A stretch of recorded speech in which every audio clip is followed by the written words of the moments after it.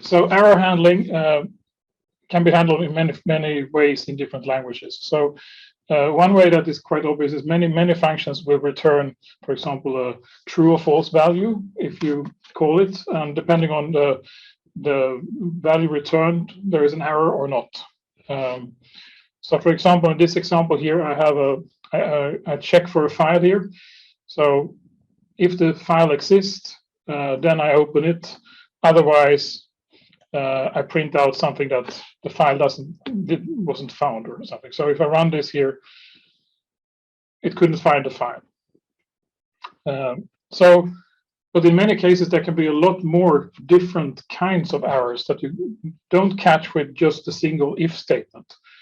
And it's kind of difficult to kind of the hierarchy of if statement grows, and it could be complicated to handle. So in Python, error handling has been extended with something called exceptions. An exception is something you probably have already seen, but kind of perhaps not noticed it. So for example, in this case here, I want to open a file, and if the file doesn't exist, you probably get an error. So if I run here, you can see here, oh, file not found. And what actually happens here is that the open statement throws something called an exception. An exception is an error state, and the program terminates. An exception in this case is file not found error. That is the exception. Shorting is better. Sorry? Okay. So you can handle those exceptions using a structured way of dealing with these. So you can do you can check for these exceptions using the try statement here. So try is a way of it's a special code block that you can use that will all code in that block. If there is an exception, it will jump to the second part here of the code that is except here. So if anything goes wrong, it will go to this part here. So in this case, if I run this example again, there will be an exception. The exception will be handled by the code block after the except keyword here. So if I run this, the file couldn't be opened. This should be avoided, this kind of structure here, because this will catch every exception. So it could be that the file exists, but you don't have permissions. That will also be caught here. All in the same kind of, the file couldn't be opened. So this is kind of the kind of catch-all of exceptions in Python. So be a bit careful, because if you surround your code block with try except, you will never get any error messages. It will kind of just silently fail and continue. So we need something that is a bit better than this. So you can handle specific exceptions by providing the actual exception that you want to handle. So in this case, if you don't file the file is not found, the file not found exception will be thrown by the code, and then you specify here which exception that you want to catch.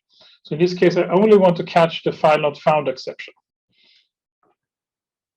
So now this one will be called. And if you have some other exception in the code, those will kind of stop the program again, and those will not be handled. So in this case here, you can also catch other errors. For example, in the above case, I will print out filen hittades inte in every case, but sometimes you perhaps have another error, and you can list them like this. So you can have except file not found, except permission error, which is if you don't have permission to read a file, and you can kind of list all the errors you want to catch after each other here and handle them differently. So in this case, you can get more fine-grained error handling. You can get additional information as well. So an exception is it can provide more information, and you can provide as a variable. So for example, file not found here, I can say that I want to get an object reference to that exception, and I want that is called E here. So exception information, when an exception is thrown, the exception will be stored in the E variable. And then in this case here, I can actually query which file couldn't be opened. So it contains a file name property here which I can query. And also permission error can also provide a actual error code, error message that can be printed out. So in this case here, it actually, my file.txt was actually transferred over in the error exception.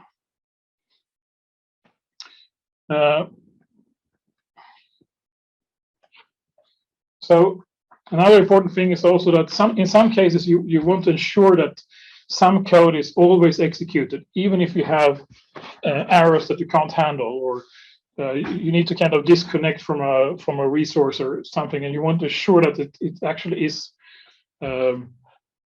handled. So there is another block you can add. It's called finally, which is always executed regardless if there are an exception or not. This final thing is always called. So in this case, for example, I close the files. So if I run this, you can see here that there was some error here. There is no files as numbered, and there was an exception here. But you can see here, this code here is called regardless. So even if you have a lot of errors here, it handled the error. It actually executed the final block of code here. So that can be important in some cases when you have opened a file and there is some error that you can't handle, but you want to ensure that some of the operations are always performed. So that was a little bit about exceptions. So this is the kind of recommended way of handling errors, but there are other ways as well. So many libraries, for example, especially if you use external C libraries, they often return errors as variables. So if you call a function, there is often an error variable that is passed back, which you can query for information. And if you want to create robust programs, it's important that you always check for errors so that you can handle different situations in your code. And also the users of your code think that your program is reliable. So it's better, instead of crashing hard with an exception like this here, try to catch the exception and provide a user-friendly message to the error instead of just dumping the raw exception code like this. So that was a little bit of error handling. So, you have a question? Yeah, chosen. So it depends. You have to look at the documentation in Python. So different exceptions have different properties. So for example, file not found error has e.filename as a property that is provided with the exception. Permission error has a error property. And which of those that are available, you have to look up in the documentation for example, in this case, it's the open statement. So if you look at the open statement documentation, there will be documented which exceptions it throws. And then you can go to the documentation and look what kind of properties you can get from those exception objects. So you can think about that they throw objects with properties attached that you can query, but they can be different. So there is no kind of standard properties. So, but look in documentation, you will probably find more information about those. Thank you. Yep. So let's continue to built-in functions. So Python is quite well known for its extensive runtime library. That is the library that comes with the language, the standard Python language. So there are a set of modules that are available within Python that you can use for system tasks or for listing files and directories, all of those things. So before you kind of invent your own functions for doing things, check the runtime library. Go into the Python reference documentation and go through the section and see if there is a similar function that you can use, because there is a lot of them. So I will go through some of them that can be useful in scientific programming. So the first thing is when you are using, for example, different kind of resources, computational resources, usually in the system there is a lot of variables that are set for you that you can use in your program in different ways. So one of these is the path variable that is actually common both for Windows and Linux machines, that stores the search path for executables. That could be there is a variable called home for a home directory and so on. Those variables are called environment variables. Those are not Python variables, but are system variables in your command line shell, bash on Linux and command on Windows. And in Python, you can query those. So there is a Python module called OS that provides a lot of function for interacting with the operating system. That's why it's called OS. And one of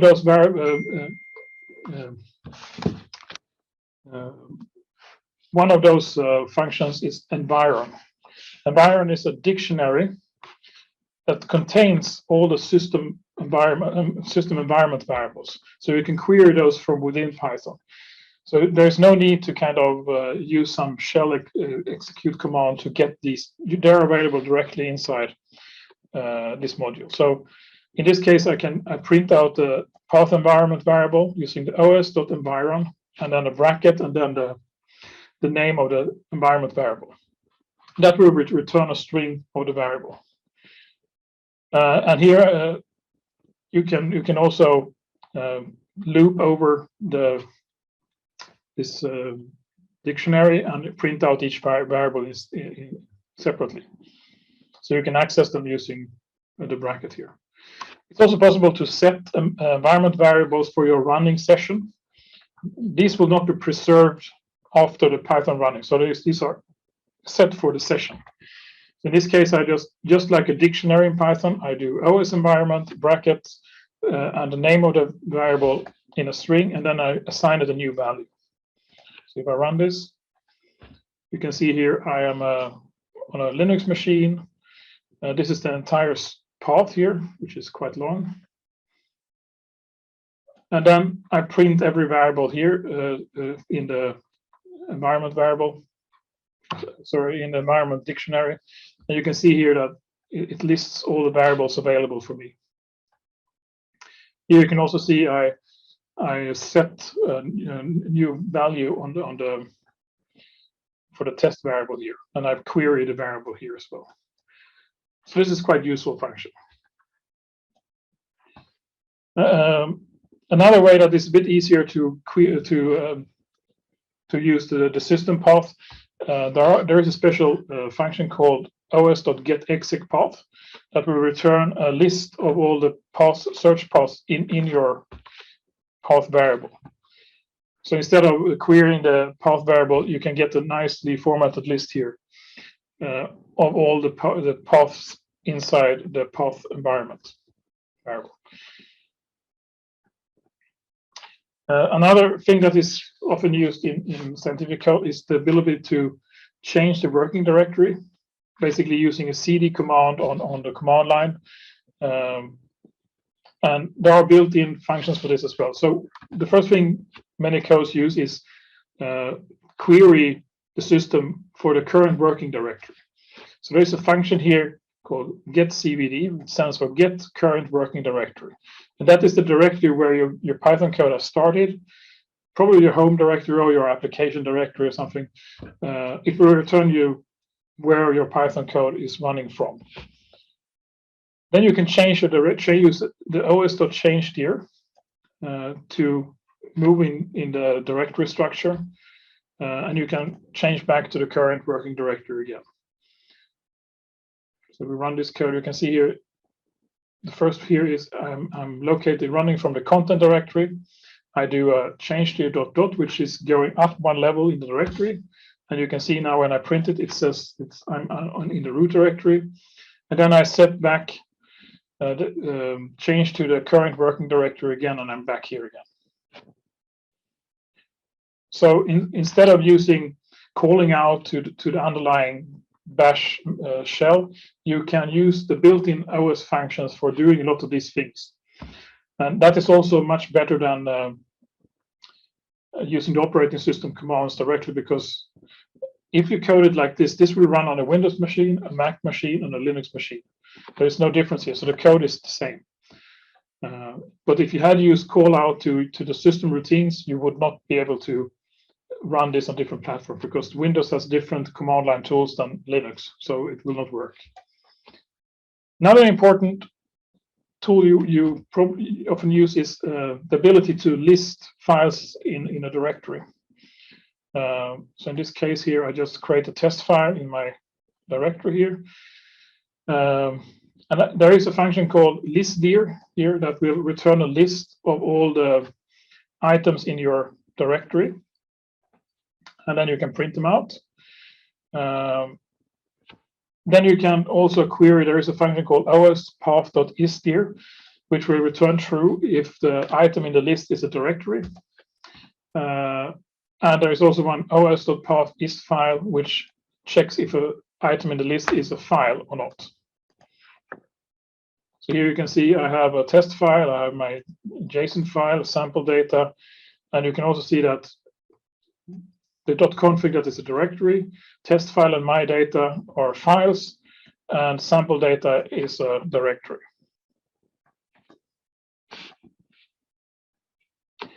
You can also do a lot of directory manipulation stuff. So in this case here, I can also check, for example, if there is a file available. For example, in this case, if the path exists OS5, if it's not, I can create a directory using the os makeclear command. I can change into this directory, and in that directory I can create another directory like this. I can list my directory again, and I can rename file using the os rename here. And I also can remove directory. It can remove empty directory in this case. And I can remove a test file here as well using the remove command. So these are quite powerful commands that you can use. And you should use these commands instead of using system provided, calling out to the system. That is kind of the basic point here. So the OS module provides kind of the interface to your operating system in a platform neutral way. Sorry, can you remove a full folder or directory? Yeah, there is a remove tree. I'm not sure if I covered that here, but there is a separate routine. Let me get back to that, because I know that I just can't remember the module now, but it's in a separate module, but that will remove the entire tree.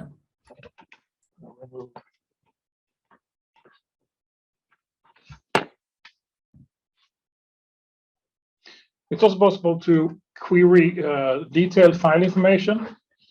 So there is a scandir command that you can use, and then you can loop over this here. That you can loop over that information here, and you can query that. So you get an entry here that contains name, path, a function called isdir and isFile as well. So you can see here you get the same thing, same information I did before, and it will travel the directory structure. It's also possible to traverse a directory structure. So in this case here, there's a function called oswalk, which you can use in this way. So it provides you with the root, directories, and files at every position in the directory structure. So here it says it's the root here, and then it says the directories, and you can list the files. So this is where you are. So this is in the root, and then it says which directories are available. So config os5 sample data, and then which files is here, and then it continues here, goes down to .config. There are two directories and these files here, and it continues here. So in this case, using this way, you can traverse an entire directory structure and do operation on every file and directory in that structure. If you are on a Unix-based system, Linux, Mac, there is also something called OSStat that will return more detailed information on files. So inode information, link information, user ID, modification times, and so on. And that can be useful in some certain cases. I think there is a similar one available for Windows. I'm not sure if this is if you can run this on Windows or not, but there is a similar function to get the statistics over a file on Windows as well. One big headache in scientific programming, especially if you're running both on Windows and Linux, is manipulating paths, search paths in your directories. And this is something that is, and there is a lot of functions here built into Python for dealing with paths. So apps path here, that will print out, expand the path and create a full path from the given here. So in this case, it will print the full path of the current directory. Base name will return this part of the file, and dir name will return this part of the file. I can run this here to show. So in this case, it will return test here and home user.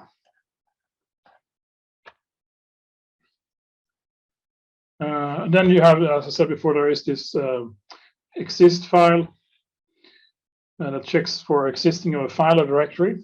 There is expand user that can take a special character in Unix called wave or tilde that will expand to the actual user directory. So in this case, it will be, I think it's home user in this case. No, it's root. And then you can get access time, modification time, and creation time on the file as well. These are these ones here, so you have to convert them to dates in some sense. But this is the times that these files are created. You can get the file size. You can also check if a path is absolute, that is, it's complete with from root going up, or it's a relative path using the OS path is apps here. You can also check if it's something is a file, if it's is a directory. And one useful function that is I use a lot is usually you have, for example, in your configuration files, a directory where you want to write files. But to write a file, you need to have the directory and the file name connected. And if you want to join those two together in a platform independent way, you can use the os path.join. That will take the directory name and file name and connect them together in the right way for the platform. So you can see here, it joined them together here, users and Jonas here. Let's see here. Yeah, here it's a bit odd here because it's.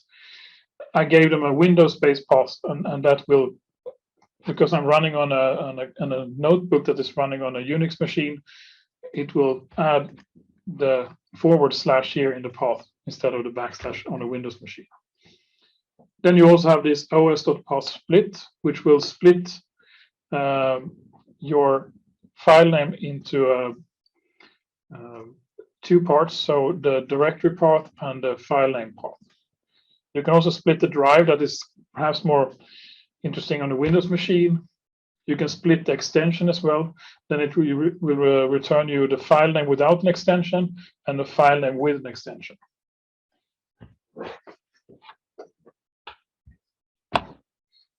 Then there is also an object-oriented way of doing this.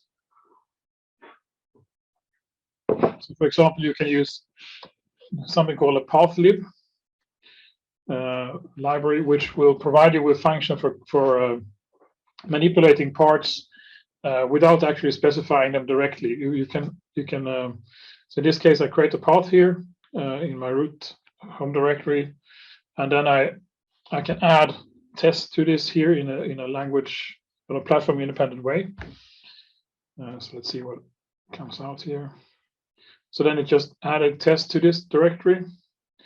You can check directly here if a path exists. You can check if it's resolved, and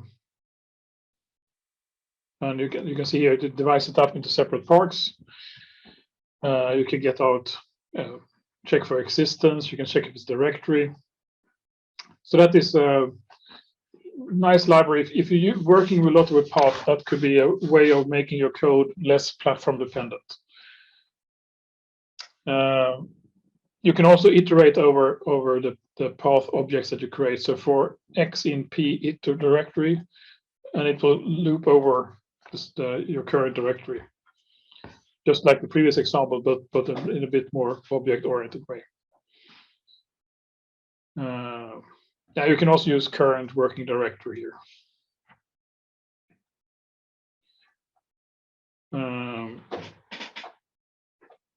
Also, there is also routines for creating temporary files. So temporary files is typically files that you use only during your run of your code, for example, and that can be deleted afterwards. And Python provides several functions for creating temporary files in a secure way. And then you use the module called temp file, and there is a function called mks-temp for make secure temp. And what it does, it returns you a file pointer, a file object, same kind of object that you use when you are accessing files, and also the path of the created file. Then you can use this like a normal file. So I can do open temp object here for writing, and then create files here. You can read it back. And finally, I can remove the temp path here as well. So here you can see here, it creates this kind of strange files here. So it will create a file name that has a random character to kind of guarantee that the next time you write a temporary file, it doesn't overwrite the previous one. So you can actually have multiple programs writing to the same directory of temp files, and they will never clash in that sense. And then I use this kind of try final here to make sure that I remove the temp file when the code is completed. So that's why it says it's false here, because I printed out here the temp path and it doesn't exist anymore. There's also a way of doing this completely automatic. So there is an object called in temp file that's called temporary file that you can create. And it will automatically erase itself after use. So here you can say here, temporary file name created, and then you can see here it's not available anymore.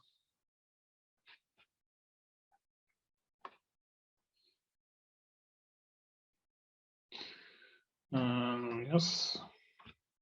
Another thing that is that we often use in scientific programming is you use Python for controlling your scientific workflow or your computations. That you start programs and control them from Python.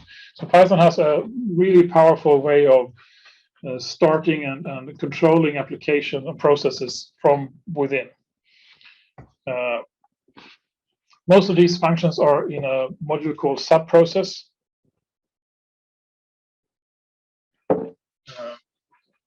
And a simple one is called run. That will take to a list of parameter here with the program that you want to run. In this case, I want to do ls, which lists files in my directory. And the parameters to my command is added here in the second part of the list here. And if that works, it will return a result here. And you can query for the return code as well. So if it's 0, everything worked. Otherwise, it will print out different non-zero return code. As you see here, process started, which returns 0. So it's not completely.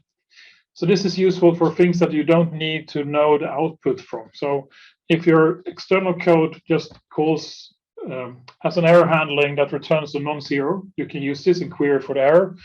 Otherwise, you don't get any output from the code. You can't provide any input either. So you can extend this to get the output from your code as well. So in this case here, I use the same function here called run. I provide a command line in a string. And to be able to use this, I need to also set shell equals to true here. That will start a command line shell for this process separately, so you can use this command like this. Then I must connect the output from this process, and that I will do with standard output subprocess pipe. So that will be an object that is so the subprocess will connect the output to this standard output goes to a pipe, and then we also have this is a thing for how to process new lines that was a bit different before. So this should be set to true, and then I run again, and then here now the result from the subprocess will also return the output here in a property called standard out. So let's see what happens here. So now you see here that utdata, this is a string, and you can see here that it shows the directory listing. And that output you can process yourself in a Python script. So the external command return the string, which you can process from inside Python.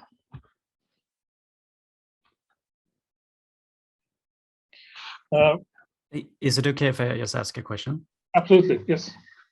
So just going back to those temp files that you talked about before, is that a sort of recommended way of dealing with large files if you want to offload the memory?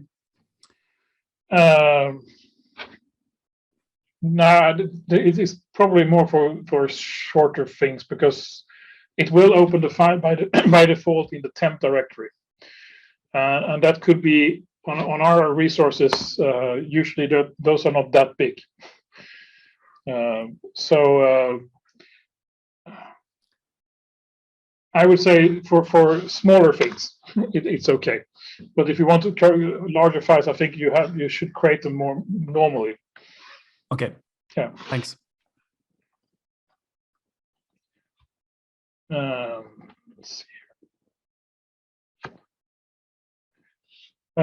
So sometimes you also want to create processes that you want to kind of fork off and let them run independently.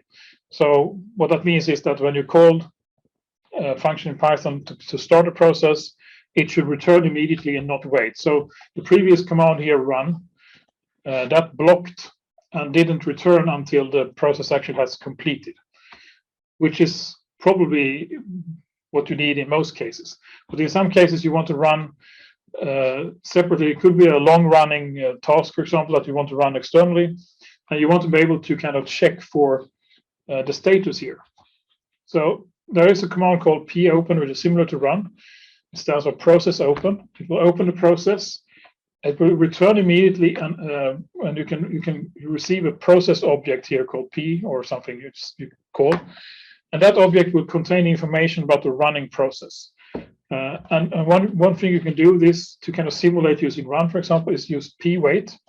That will wait for the process to terminate and then not continue until that has finished. So it's kind of not useful, but you could imagine that you can have, for example, other processing here.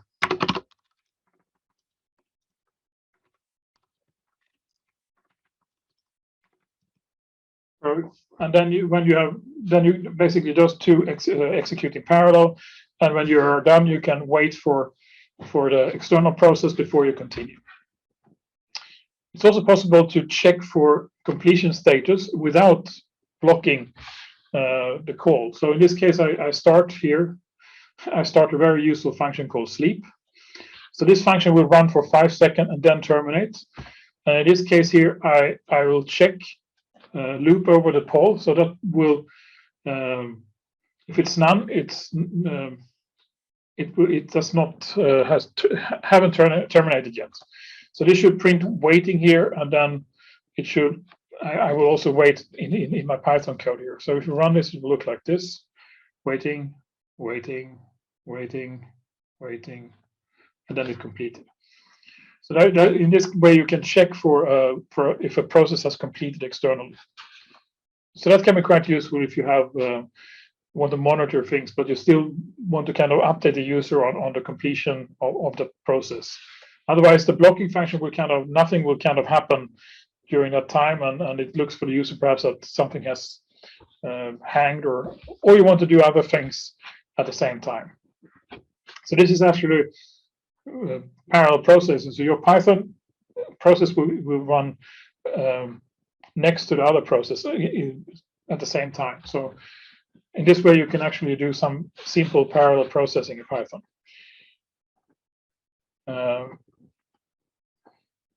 And then you can also combine this to, so if you have a P open process here, here we have standard output here as well. We wait here, and then we can communicate and retrieve the standard output and standard error from this function here. So ls minus la. So I had a sleep here, and then you can see here that the process returned. Standard output is like this, and there were no standard errors in this case.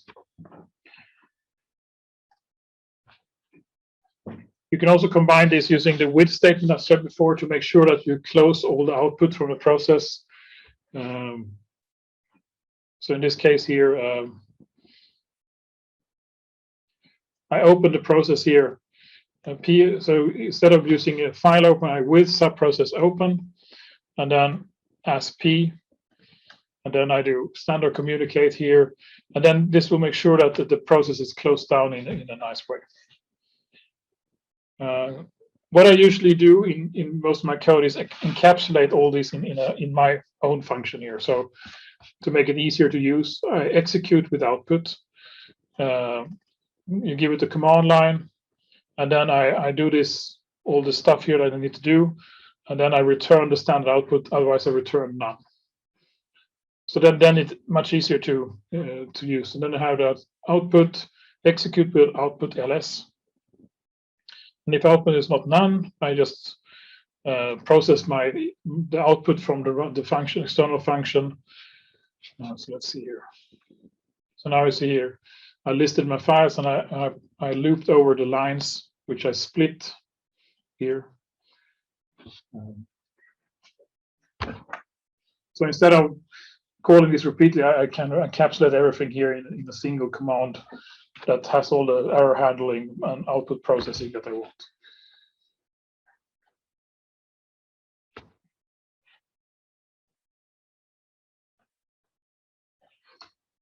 So structured logging of events, yes. So in many codes, or probably have written code, you use to kind of update status of a program, you use the print statement. But sometimes print statements are not always printed directly because they're often buffered by the operating system in different ways. And sometimes it's also nice to be able to redirect all this output in a structured way. So there is a special library called logging, which is used to log things to a log file a different way. And there are certain, you can put debug message that is for things that shouldn't be shown by default, but could be used when you run the code in debug mode. Information, simpler information messages that are not errors, warnings, error, and several things here.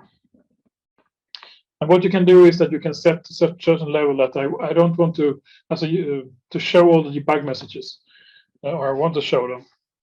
And then you can set the logging to error to just show error messages. So in the first case here, I ran the level at debug. Then it will print debug info warning error critical on this. So everything is logged and printed. Then I set the log to only print errors. Then it will print everything above error. In this case, error and critical messages. So you see these are the final ones here that are printed. Then you can also log to create your own logging, log mode objects and configure them in different ways. I'm not sure this will work here, but hopefully, no.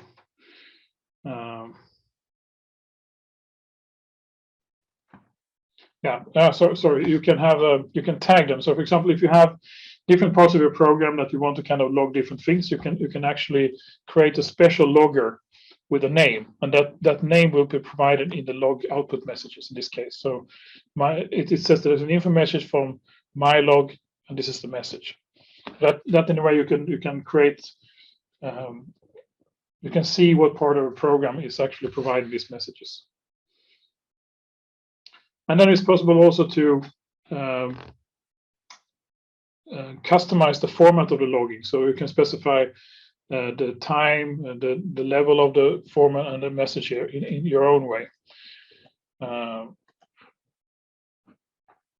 And for some reason, this doesn't work in Notebook, so it's a bit different to show. But you can get output that shows the date and time as well when it's appeared.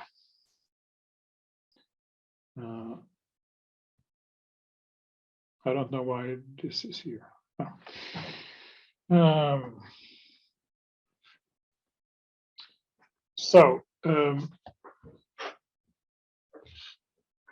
In many cases, you want to store your data in your Python codes in files, and this is there are several ways of doing it. And before you invent your own file format, especially for smaller files, you can use several libraries to achieve several this result. So there is a module called Json, which stores data structures in it's called JavaScript object notation. So it looks very similar to a Python dictionary with multi.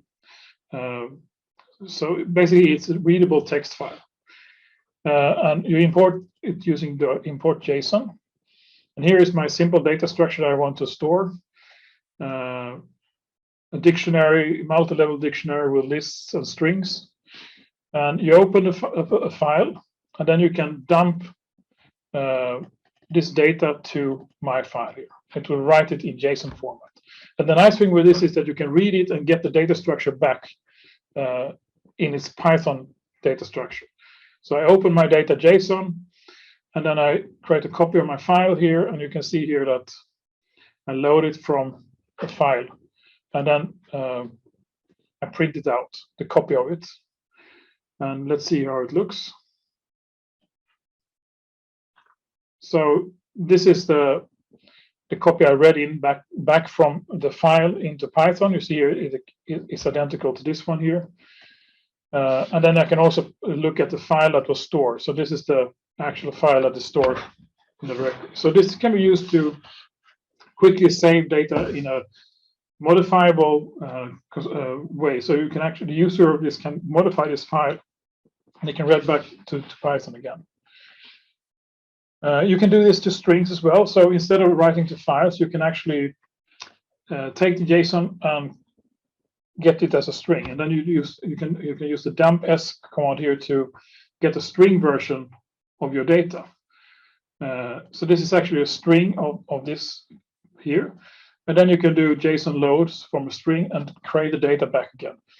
And this can be useful, for example, if you want to send your data over the network or something. You can actually create it in a JSON format, send it out as a string, receive a string, convert it back again into Python data structure. There's also a way of, instead of printing it just like a single line like this, there are some options here for printing it nicely as well. So the dumps command can take the data, you can sort the keys, it can use some indentation, and you can produce it in a kind of like a structured format as a string. So this can be useful, for example, if you want to write something to this that should be user modifiable, you can add this option here to your output, and then the file will also look like this. I will think we'll take a 10-minute break now and come back 14:10, and then I will continue with the final here and then object orientation.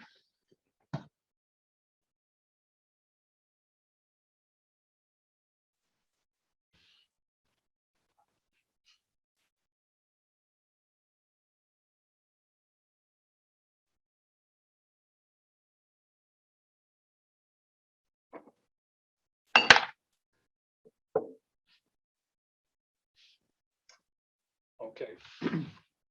So the next part here, we'll go through on a very high level, high object-oriented programming. This is object-oriented programming itself is something that you can go attend courses in. So it will not be too deep, but I think it's important to know the concepts because we are already using a lot of objects in Python, and this will kind of illustrate what an object is and how you can use it. So on a very high level, the basic concept of object programming is that you have objects that contain data, and you have method or function that you can manipulate these objects with in a single entity.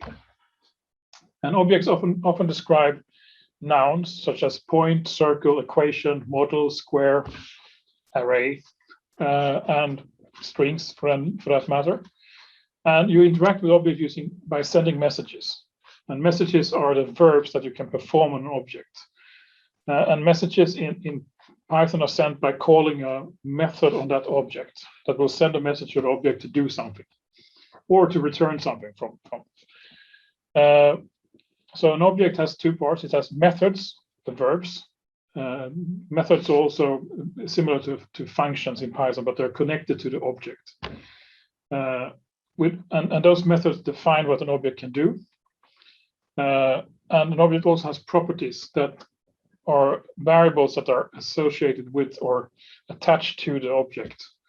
For example, the exception object that we showed before contained a file name, and that is a property of that exception object. And the string had the split method, and the split is sends a message to the string object to split and return a list of items. So split is the method and the verb that you call on the string. All objects are an object is the actual that's the entity that is stored in memory. You can have multiple objects, but you have to also describe your objects in code, and that is done by defining a class. And the class is a blueprint of an object, and I will go through that later here. But so in your code, you describe your objects in classes, and then from these classes, you can create objects or instances of objects that you can use. It will be clearer when I go through this here. So I will first go through an example when you don't have object-oriented programming. So when you're using functions instead. So in this case here, I have created a module of functions here for manipulating points.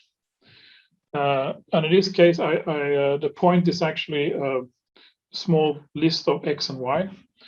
And then I have several functions that modify or create points.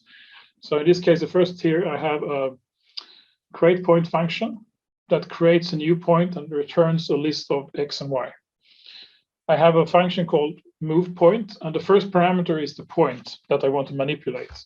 And then I have the delta x and delta y. I want to modify the position here. So here I just update the point position, the x and the y.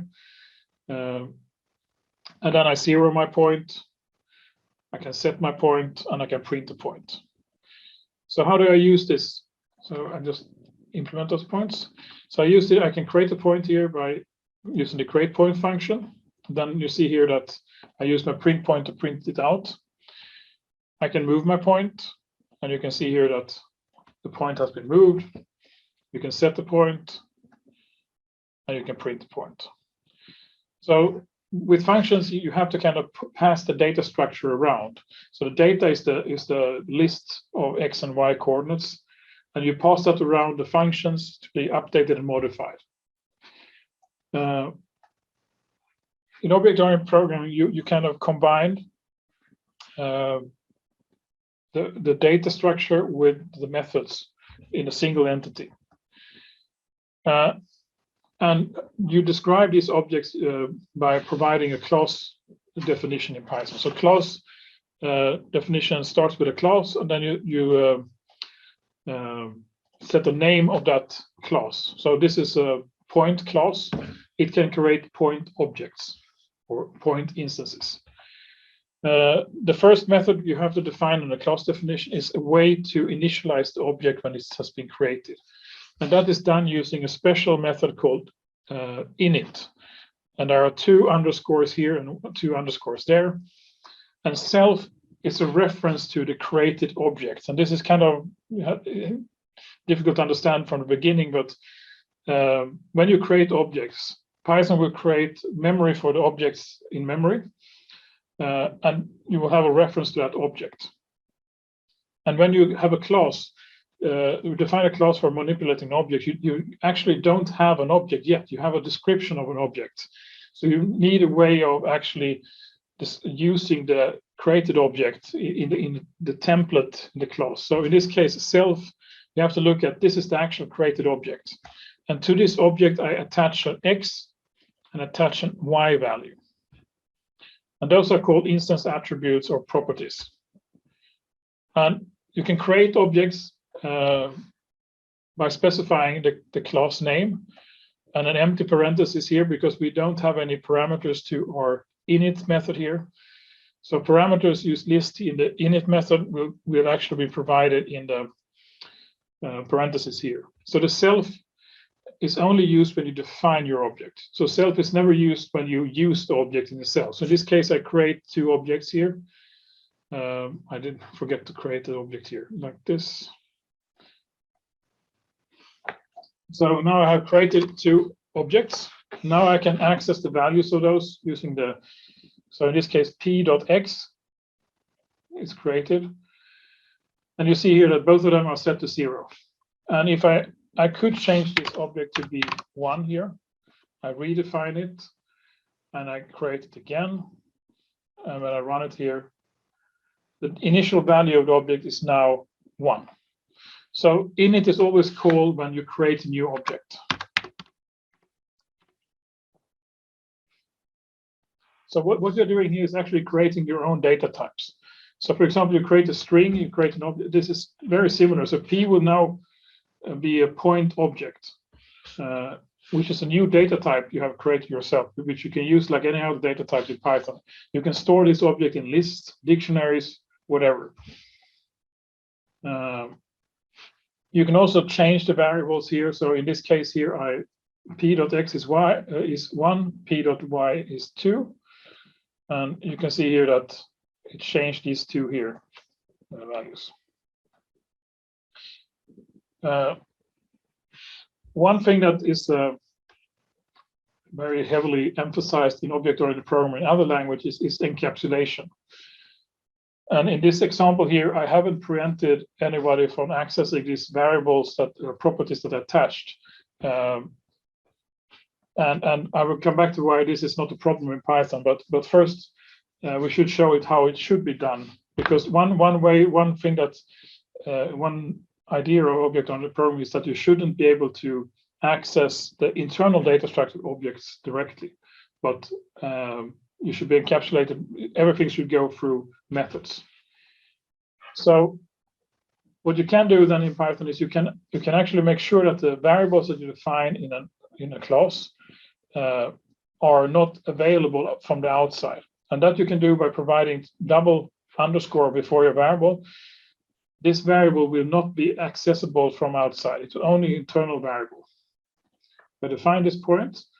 I create a new point here. Now I also added 2 parameters here to my points class here. So I can create a point with directly specified x and y coordinates. So now the creation of the objects looks like this: point and the parameter 1 and 2 here. And if I try to print them out now Python becomes a bit angry at me because these are not available anymore. So x and y are stored internally, you can't access them. And you can also not access it here from this. So now we need methods to be able to access the internal data structure of the object. So what you do then is what you do in many other languages. You provide set methods and get methods to actually set the data inside and get the data. So in this case, I add set x, set y, and set method here to to modify the internal data structure. But I also need ways of accessing these internal data structures. And that I do with providing special functions that return the internal variable values for the user of the object. So in this case here, I create my point, I set the values here, and now I call the methods x and y here to access the internal data structure. So what is the advantage of using encapsulation and this protecting the internal data structure? Is the main advantage is you can actually change the way and how to store the data that when you create the point. So this data could be stored in a local variable inside the created object, but it could also be on a database server or some other place. But the user of the object doesn't know where the data is actually stored. So the user can use this directly here without actually knowing what the internal data structure is. So the implementation or the implementer or developer of the library could change how the data is stored to be stored outside. It could be on a network somewhere in the cloud, but still you create the point just in the same way and you access the point in the same way. But as I said, it's not actually too in Python, you often don't have to do all this get and set method directly. So what you can use instead of using get and set is using something called properties. And properties is a special keyword that they have added to the language here, where you can specify, you can access variables just like they were directly assigned to the object without any functions by creating a property. So in this case, I have x equals a property, get x, set x. So when an object is, when you assign a property, it will call set x for assigning a value. It will set y, it will call get y if you want to return an internal data structure. So I define this here. Now you see here that I have set print statements here for this function here. So you can clearly see when these are called by the property. So in this case here, I run it, and you can see here, you can access the x internal value using just like it would be a normal variable attached to the object. But you can see here, when it does it, it calls set x, and it calls set y. And when you print them out, it calls get y and get y here. So in this way, you can create very easy to use objects. You don't have to think about the methods here. And what this also means at the end is that you don't really have to decide about the get and set methods from the beginning. You can just define, just like I did at the beginning, an x and y variables. And if those variables should be hidden, you can add the properties later. So you can create very simple object-oriented structures from the beginning without thinking too much about get and set methods. And if you need to kind of re-implement your object as a database object somewhere stored, you add your properties, and the user can still use this simple syntax here.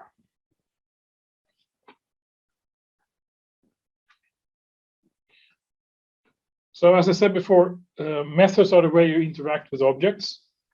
So for my point class here, you probably would be good to have a move method that I can tell the object to move. So in this case here, I added a move method here. All methods that belong to an object have the self as a first parameter. That is very important. You always need to specify self as a first parameter. When you use the object, you never have to specify that. It's only, you have only to specify the 2 second, the last parameters. So in this case, I just add my internal variable with dx and y also with dy.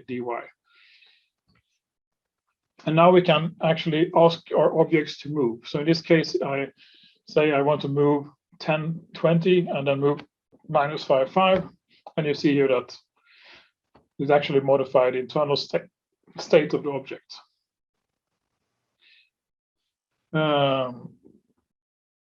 So let's see here. Then we also could be nice to have a way of assigning this object from another object, and then you can use copy from. So this is a method that takes a parameter, another object, and assigns the x and y values to the internal data structure from this object.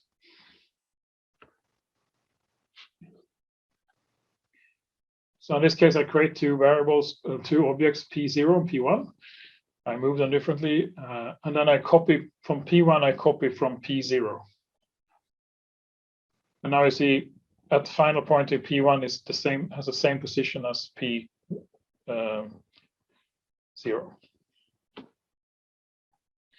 Then there are some really nice special instance methods that you can use. So Python has a lot of special methods that you can define that has special meaning to Python. So one we have already seen, we saw the init method that is called when you create an object. And then we have the str, which is used when you want to print an object. So for example, if you use print on an object we did before, you can see here it prints out a really strange thing here. So it prints out the actual object memory location, which can be useful for some persons, but I'm not sure if this is really what you want. So to be able to print an object in a human readable form, you have to provide this str method. So if we go down here, I have provided one here for the point. And I just print out here point, and then I provide the x and y method here, print them out, and then the y with parentheses here again. So now if I use the same code again and you print p, now I will not get the really strange output like I did before. I will actually get a nice printed version of my object here. So __ print str is a useful function to convert an object to a string that you can use for printing. You can also use it for storing in a file, for example. So str is a nice special method to use. Classes that you define yourself can be used just like any other data type in Python. So there is no difference. You can store them in lists, you can store them in dictionaries and other data types. You can serialize them to disk as well. So in this case here, I create a point list here. And then I could create an empty list. And then I loop over here and create random points. Which is also possible to do in a different way here. So you can do, this is a shortcut here.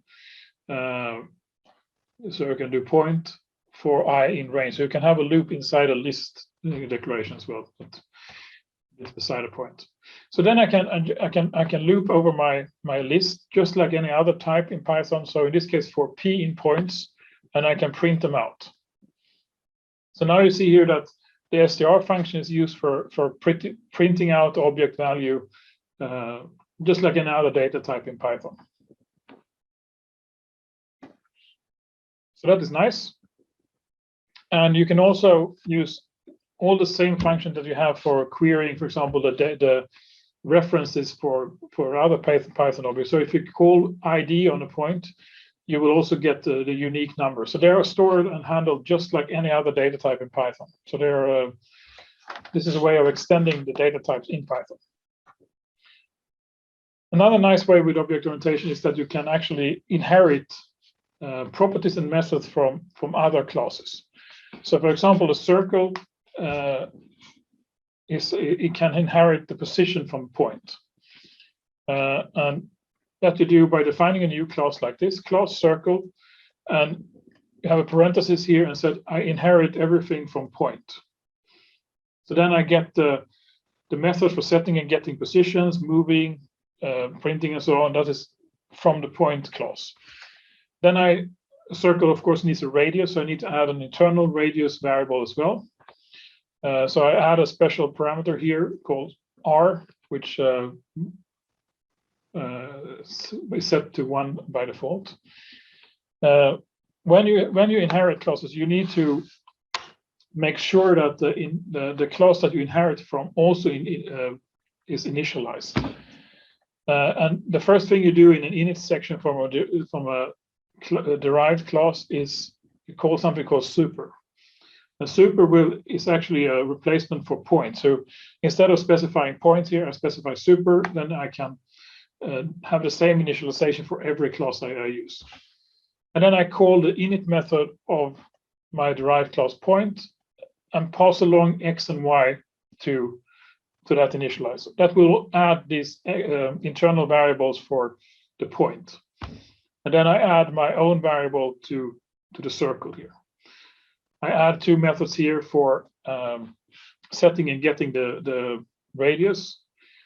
Now I have to do copy from. I need to actually also add the copying of the radius here. So I call the super copy from. So I call my point copy from, and then I also handle my radius in this case.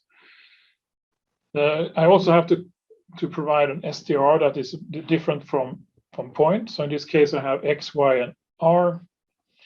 And then I also provide a property for the radius here. So get r, set r. So now I can do stuff like this. So in this case here, I create 1 point, 1 circle. The circle has a radius property which I can set. But I can use the move method here in both of these objects, because the circle inherits the move method from the point. No, I have to define the class as well. So that one has to run like that. Now you see here that it prints the circle here with a radius of 10, and you can move them as well. So they can all that functionality inherited from point. So this makes that means that you can create objects and you can reuse functionality from other objects. And this is very common in user interface coding, which we'll come to later in this course, where object buttons, check marks, and input controls are different objects, and they inherit from different controls in a very natural way. So this is very used in user interface code because that is a natural way of thinking of the controls in a application.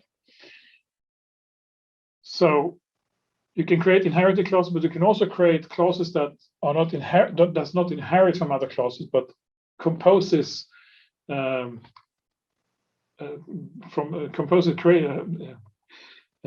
owns its own set of objects internally. So, for example, if you have a line, it consists of 2 points. So then the line has 2 internal variables that are of the type point. So that is a composition. It contains other object types.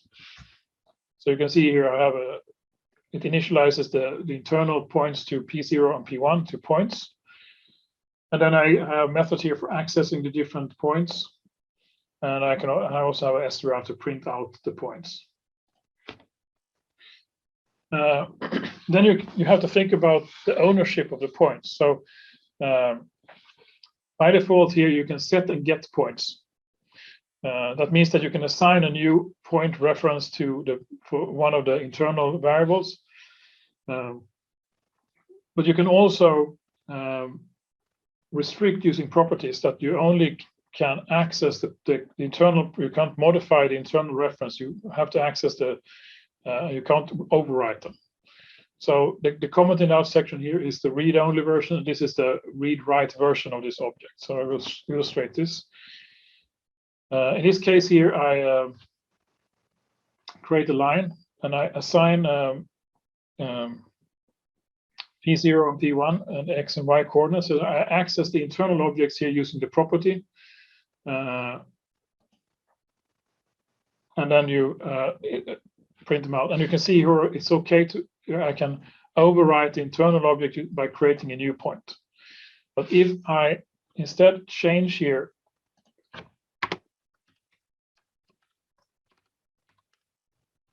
redefine my class here. Now the properties here will only return the internal. It's not possible to overwrite because there is no set method. There's only one get method. So if I run this again, you can see here that I can't set the attribute. So now I protected the internal attribute P0. I can still access the internal attribute and modify them because it's possible for the point to modify the X and Y coordinates here. But you can't overwrite the internal object that is owned by the object. But by changing this here back again, you will enable object assignment. So now this is perfectly okay code.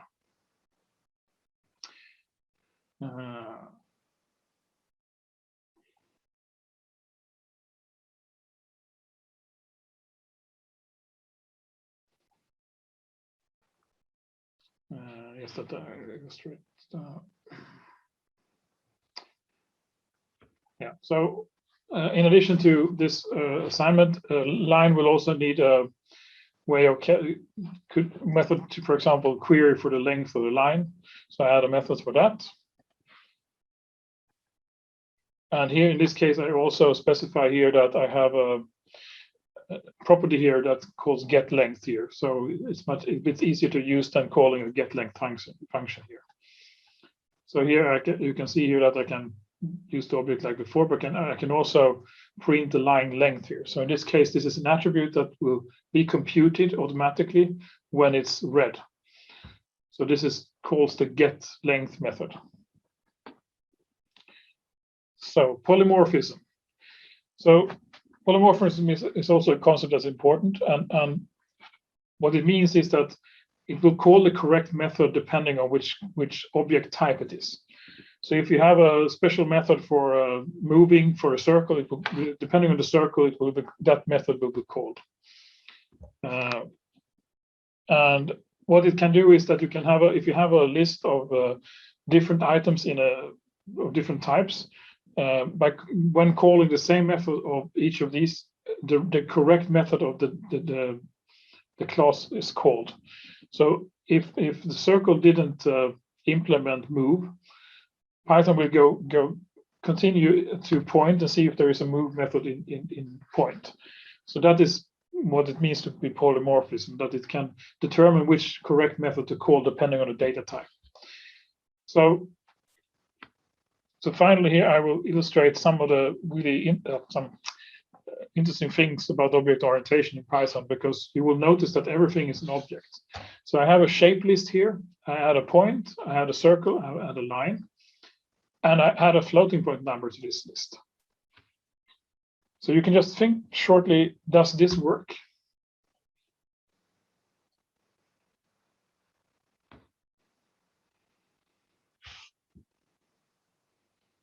We will see. We just run it and see if it works. It worked. So what actually happens here? So when you do print on any object in Python, so because everything, even a variable reference, is an object, when you call print on that object, it will call the object's str method. So for point, it will call points str, circle, line, but 42 is a floating point number. But even a floating point number is an object in Python. So what you can do then is this. So you can see here 42.0 dot str here. So I call the method str on the print method, and it will return 42, of course. So every object data type in Python has these methods. So you can see here, using this functionality in Python, you can redefine your own data type that has all the properties of real data types. So this is a really nice example of this. You can also add, this works the same way. You can add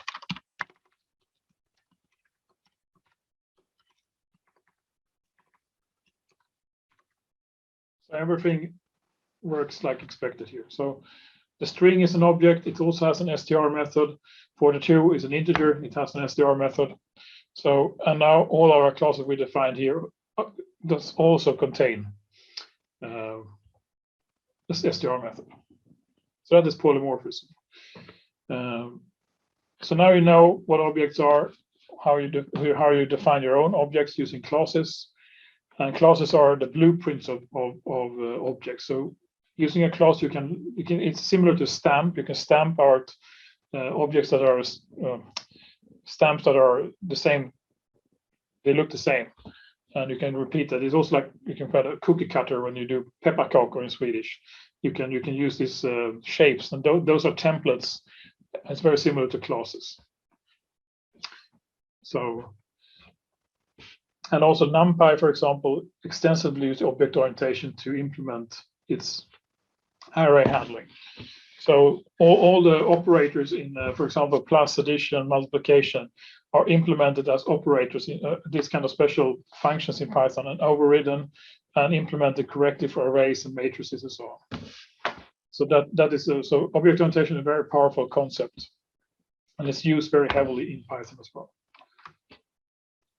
So that was I think I forgot one thing in the built-in function, so I will go back to that now. I think the final part here. This I put. Yeah. So I will also mention that there is a standard format in Python that can store any data type in Python as well, and that is called pickle. That is by default a binary format that can store multiple variables and dumped into disk. It's very similar to JSON, but it's binary form. You can also see here that it's also used. You can take a data structure and you can basically dump it to disk, and you can load it back from disk again. And the second example here, you can also specify a certain protocol. There are several versions of pickle file format that you can use. So if you want to communicate with different protocol, you can do that as well. You can also same thing. You can use strings here to dump an object as a string, and then you can communicate with that string to another, and you can translate that string back to an object again. So finally, I will also cover some data archiving and compression things that are built into the standard library. So the first one I will go through is tar files. So tar files is a very old file format that is actually stands for tape archive. And it was used to write files from expensive I/O to tape, and it was created in a special format that will send away to disk, which store everything linearly, and then you can read it back again, and it will create the data directory structure back again.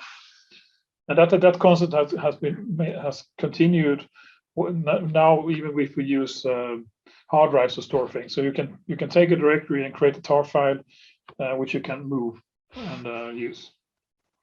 I just downloaded 2 files here, 2 images, to be able to illustrate it. So there is a module called tar file, which I import as TF. Then I do with tar file, and then I open, specify the file name that I want to use, and I want to write to my tar file.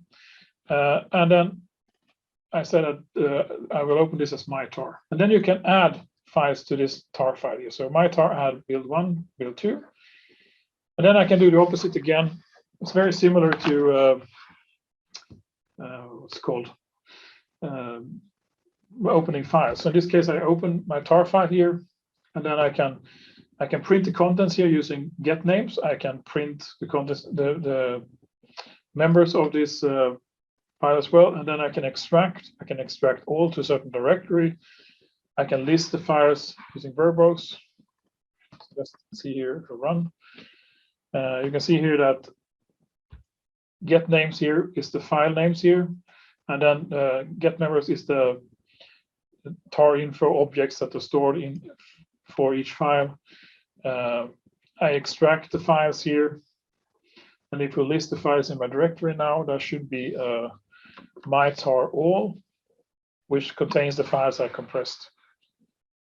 So that is useful if you, instead of calling system function again, this is built into the runtime library of Python. So you don't have to rely on an external library to compress your files. Very similar, but with a different syntax, is a module for doing zip files.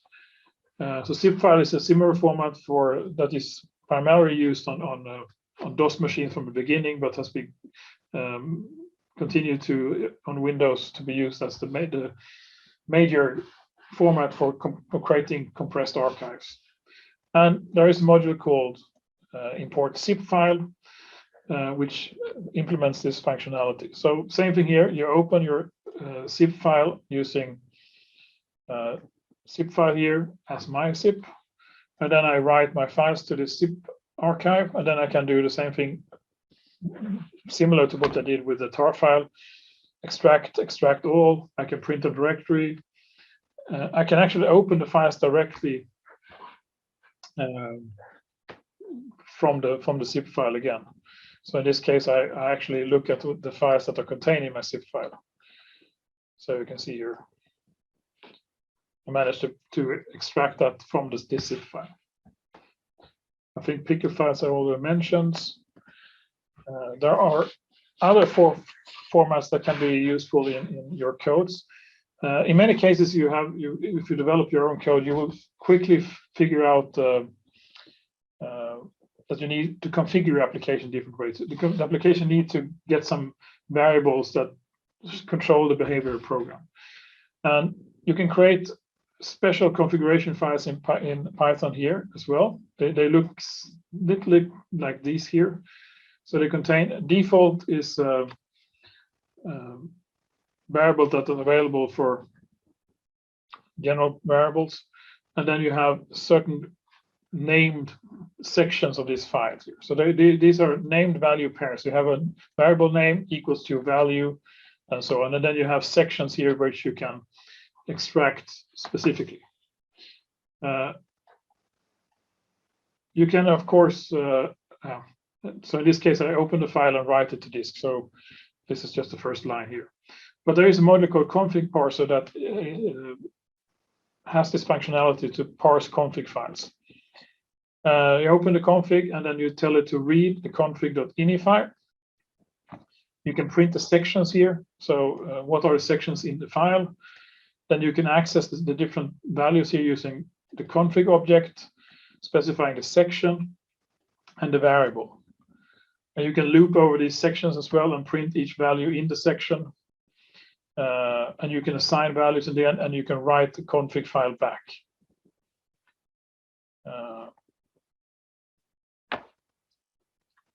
Now, in this case, I can create a config file directly as well from without having a file on the disk. So let's see here.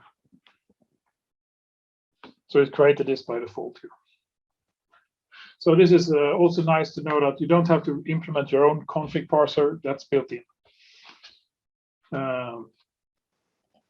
Another format that's common is also comma-separated files. Those are files that contain values, rows with values separated with comma or semicolon or similar. And you can read them. There is a special module called CSV which you can use, and then you can this will read the files, and you can specify what is the delimiter, and you can loop over the rows in the data and print them out. There's also a writer that can do the same thing in the other way around, and it takes lists as input and will write them out with the correct delimiter. So let's run it and see what happens.